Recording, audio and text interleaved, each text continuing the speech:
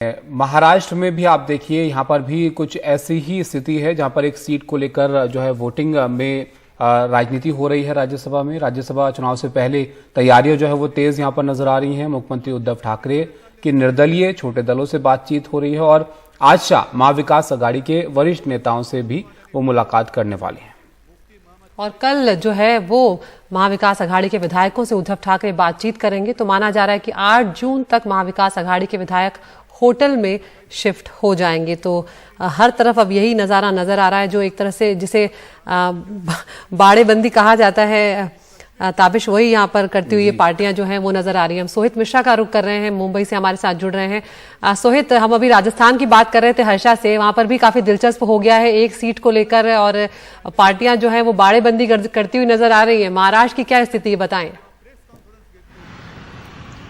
जी देखिए अदिति, अगर महाराष्ट्र की बात करें तो महाराष्ट्र में भी स्थिति कुछ उसी तरह से है, क्योंकि यहाँ पर एक बार फिर से शिवसेना और बीजेपी आमने सामने है। 6 राज्यसभा सीटें हैं जिसके लिए 7 उम्मीदवार हैं।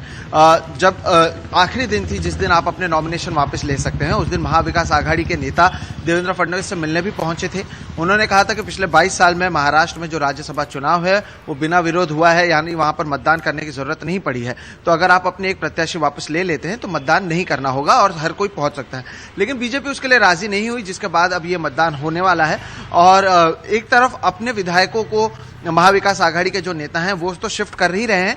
जो छोटे दल हैं और जो इंडिपेंडेंट एमएलएज हैं उनकी संख्या महाराष्ट्र में 29 है और जो आखिरी सीट है उसके लिए शिवसेना हो या बीजेपी, दोनों को इन विधायकों की जरूरत पड़ेगी।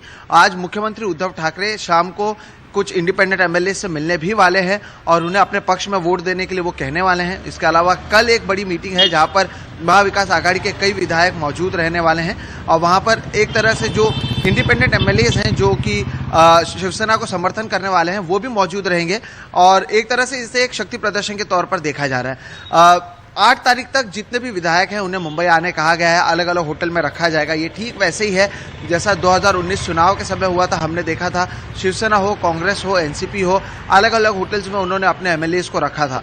तो ठीक उसी तरह की चीज़ें अभी भी देखने मिलेंगी। अब ये महत्वपूर्ण इसलिए भी हो जाता है क्योंकि इस चुनाव के बाद बीएमसी में इलेक्शन होने वाले हैं, जो देश की सबसे अमीर महानगर पालिका है। शिवसेना पिछले 25 सालों से है वहां पर। उसके अलावा और भी कई महानगर पालिकाएं हैं जहां पर चुनाव होने वाले हैं।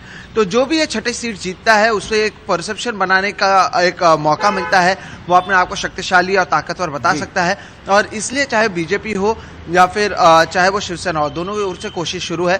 महाविकास आघाड़ी के नेताओं का ये भी कहना है कि बीजेपी की ओर से केंद्रीय जांच एजेंसियों का दुरुपयोग किया जा रहा है, कई विधायकों को धमकाया जा रहा है। हालांकि बीजेपी इस बात से खारिज कर रहा है। लेकिन 10 तारीख तक एक बार फिर से यहाँ पर भी आप 8 तारीख के बाद होटल पॉलिटिक्स, रिजॉर्ट पॉलिटिक्स देख सकेंगे। लेकिन संक्षिप्त में सोहित, इंडिपेंडेंट एमएलए जो है उन पर जाहिर है अब यहाँ पर काफी कुछ निर्भर करेगा। उनका क्या रुख है, उनकी क्या सियासत है, वो किस तरफ जो है नजर आ रही है? देखिए अभी तक ऐसे करीबन 25 एमएलएज ऐसे हैं जिन्होंने अपने पत्ते नहीं खोले हैं। वो तो कह रहे हैं कि वो मुख्यमंत्री उद्धव ठाकरे से भी मुलाकात करेंगे और साथ ही साथ देवेंद्र फडणवीस से भी मुलाकात करेंगे और बाद में वो तय करेंगे कि कहां पर क्या करना है। इसमें समाजवादी पार्टी भी शामिल है जिन्होंने 2019 में महाविकास आघाड़ी का समर्थन किया था। उनके 2 विधायक यहाँ पर मौजूद हैं। उन्होंने कहा है कि ऐसे कई मुद्दे हैं उनके जिस पर सरकार ने अब तक कुछ किया नहीं है। तो वो दबाव की राजनीति जो इंडिपेंडेंट एमएलएज हैं या फिर छोटी पार्टियां उनकी ओर से भी की जा रही है ताकि उनकी कुछ मांगे जो हों वो पूरी हो जाए और इसी के लिए आने वाले 1-2 दिनों में ये सारी बैठकें होंगी, जिसके बाद ही ये साफ हो पाएगा कि आंकड़े किसके पक्ष में हैं। शुक्रिया सोहित आपका सब जानकारी के लिए।